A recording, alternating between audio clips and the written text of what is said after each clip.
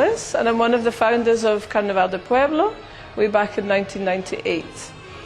And we grew the carnival from 1,000 people, 1,000 Colombian people, through the years until in 2007 we'd reached 130,000 people in Burgess Park. As a Latin American growing up in London, I used to go to the carnival in Burgess Park, and it was a wonderful event, and it really showcased the best of Latin American culture. And for the wider community, I think that's a really crucial thing, the work that they do. It's also a happy event. You know, at the end of the day, it's a party. It's a big party, and everybody can relate to that. Everybody wants to have a good time.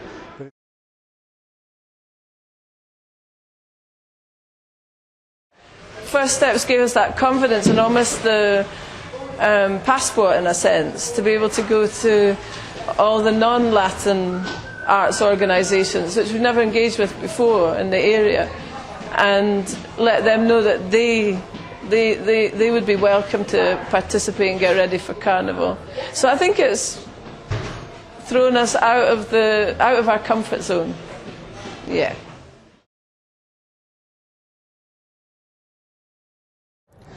I think the value of Carnaval del Pueblo is incredibly high and actually quite hard to assess, because a lot of value happens over a long time with projects like this. I mean, I've seen the crowds, thousands and thousands of people in Burgess Park years ago when the carnival was hitting audiences of 30,000, and that was fantastic.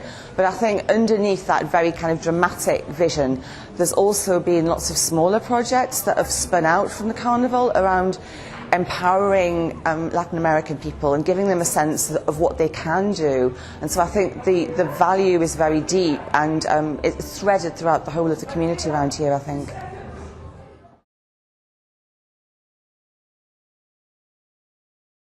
It was very simply way back in the early 90s.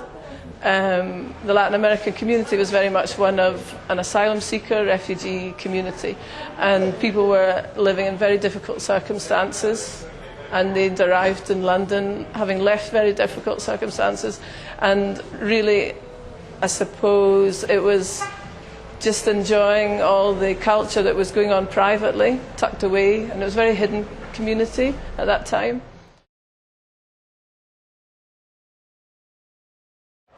There are two key areas of work that Carnaval del Pueblo is working on at the moment. The first one is the East Street shops, which are going to be a hub for businesses, for entrepreneurship, you know, with a Latin theme, but not exclusively for the Latin American community. And the other thing is we're planning to have a big carnival event in 2016 in Burgess Park, provided we can get the sponsorship to make that happen.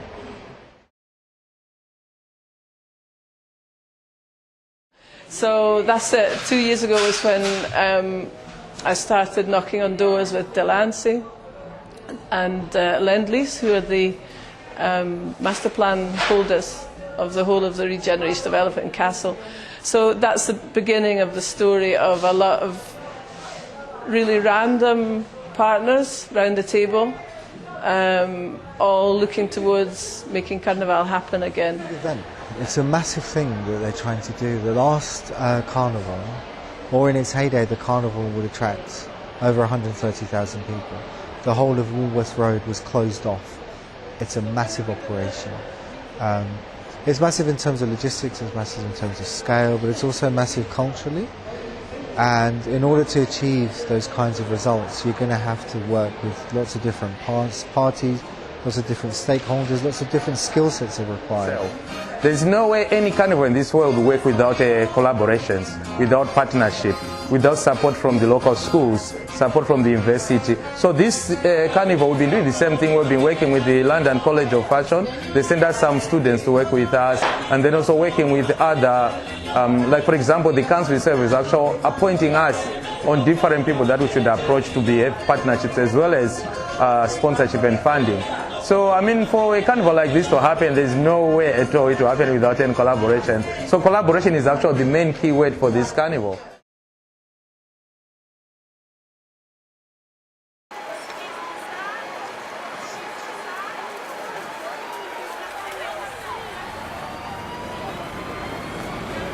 So around this area, East Street Market, which is also a regeneration area for Southwark Council, they've been brilliant with the High Street Challenge. We've won 3 High Street Challenge now.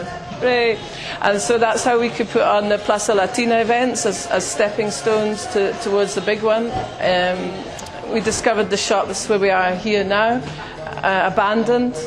We just started tickling, and Peabody have come on and they're brilliant. They're putting in something like £89,000 to renovate the 3 shops so we can make this creative hub. And together with Carnaval, we'll be creating an enterprise hub which will support local traders to develop their businesses, offer support to market traders to expand what they're doing.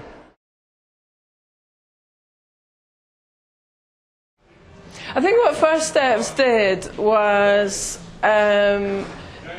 gave me, I think, a bit of a kickstart or kick up the backside, I'm not sure which, to actually put on paper what it is that we've been doing the last couple of years. And that was through Yvonne Field, because she's followed and supported us right through. And she was able to,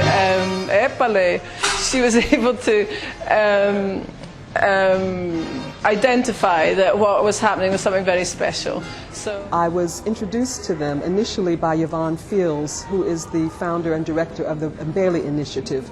Yvonne had spoken really highly of CDF before I had even had a chance to know that I would be working with them. So I was really looking forward to the engagement with them.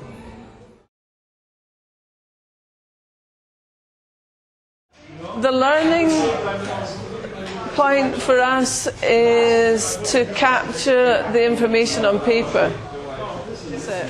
And that was flagged up. We did a presentation in here, and we had representatives from all the key stakeholders in Elephant and Castle regeneration, which was impressive, the response. We had people from Delancey, Lend-Lease, London College of Communications, about 30 people in here. And the chap from United St Saviour's, that's what he flagged up, was the need to capture what we're doing and what we're saying and what we're hearing.